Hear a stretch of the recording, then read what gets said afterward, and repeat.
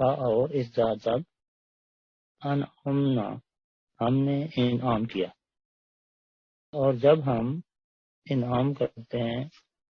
علی انسان انسان پر، حررا تو وہ اراض کرتا ہے،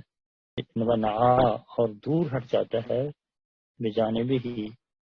کنارہ کشی کرتے ہوئے، یعنی ذرا اللہ تعالیٰ کا انعام ہو انسان کے اوپر تو سب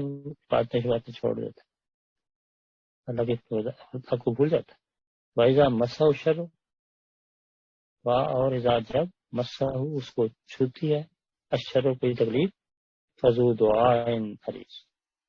تو پھر وہ بڑی لمبی چوڑی دعائیں شروع کرتا بھی ہے اور کرواتا بھی ہے۔ ایک لحاظ سے گویا تکلیف ہی ہے جس نے اس کو خدا کی طرف مائل کیا، ورنہ اگر ہر لحاظ سے سب کچھ ٹھیک ٹھاک ہو تو وہ بے ایمان ہی رہے۔ تو اس لیے فرمایا کہ یہ تکلیف کے اوپر بھی اتنا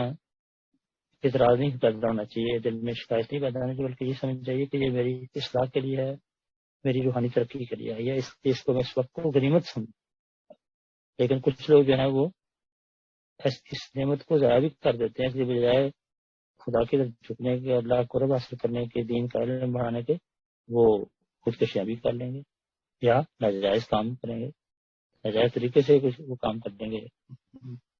اپنی تکلیف کو دور کرنے۔ تو یہ سب جو ہے